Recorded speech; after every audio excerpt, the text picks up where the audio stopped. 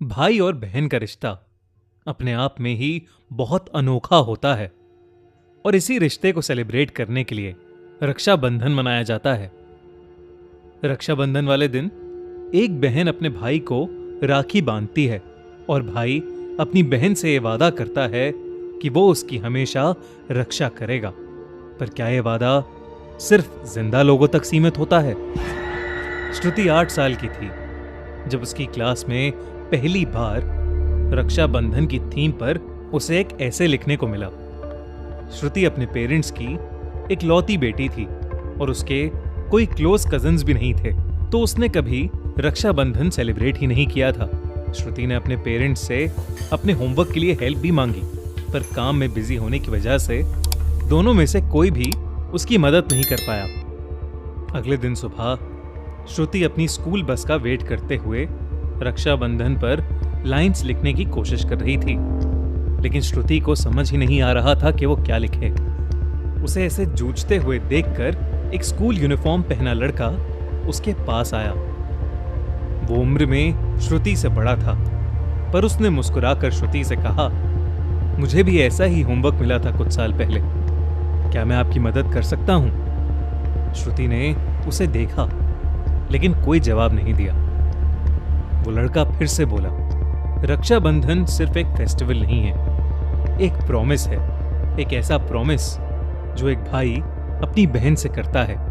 वो लड़का रक्षाबंधन के बारे में श्रुति को और बताने लगा और श्रुति भी सुनती रही।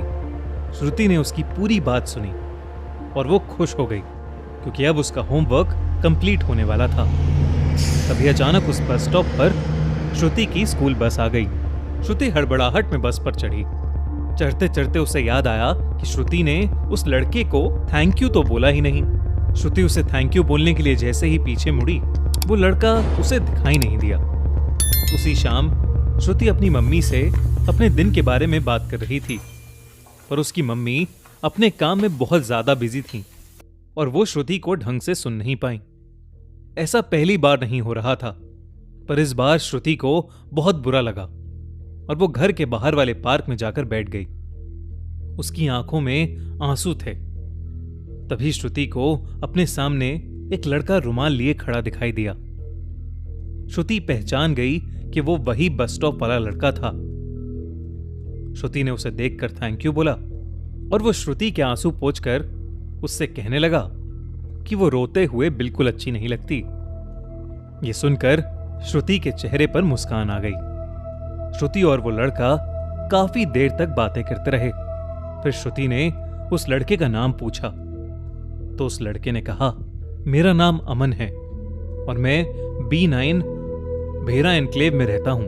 और तुम श्रुति? छोटी सी श्रुति को अपने घर का एड्रेस नहीं मालूम था, तो श्रुति ने अमन के उस सवाल पर अपनी नजरें झुका ली। पर इस पर अमन हंस दिया और उससे कहा, कोई बात नहीं, पर घर का रास्ता तो जानती हो ना, बहुत देर हो गई है, अब घर जाओ। श्रुति ने अमन को बाय किया और वो मुस्कुराते हुए घर पहुंच गई।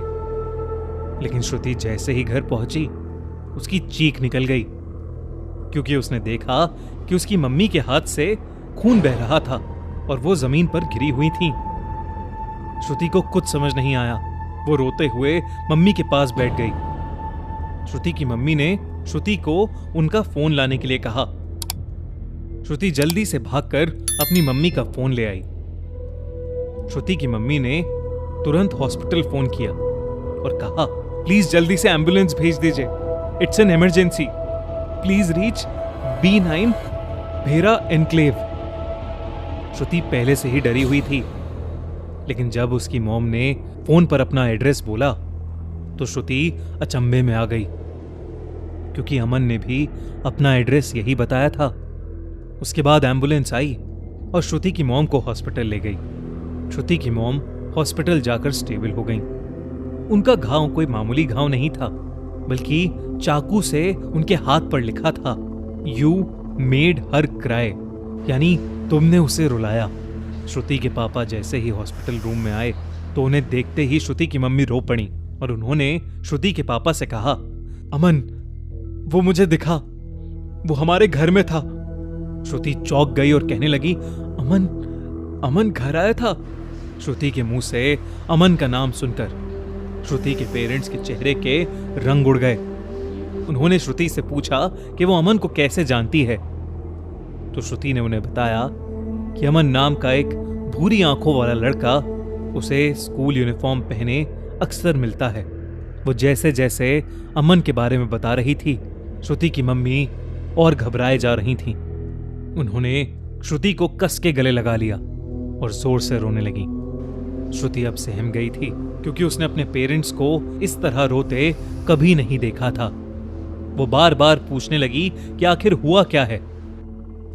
उसकी मां ने रोते हुए श्रुति को बताया कि 3 साल पहले रक्षाबंधन के दिन अमन और वो बाहर जा रहे थे और तभी उन दोनों का रोड एक्सीडेंट हो गया। उस एक्सीडेंट में अमन गुजर गया। एक्सीडेंट के बाद सर पर चोट आने की वजह से श्रुति को मेमोरी इंपेयरमेंट हो गया था और डॉक्टर्स की सलाह थी कि श्रुति को ट्रॉमा से बचाने के लिए यही बेहतर होगा कि श्रुति को अमन के बारे में कुछ ना बताया जाए। श्रुति की मम्मी ने कहा, अमन तुमसे बहुत प्यार करता था। उसने तुमसे वादा किया था कि वो हमेशा तुम्हारी रक्षा करेगा। इतना सब सुनकर श्रुति के पैरों तले जमीन खिसक गई। उसे इतना सब कुछ एक साथ सुनकर एक झटका लगा और तभी उसे हॉस्पिटल की खिड़की के बाहर अमन खड़ा दिखाई दिया और श्रुति को मानो सब कुछ याद आ गया।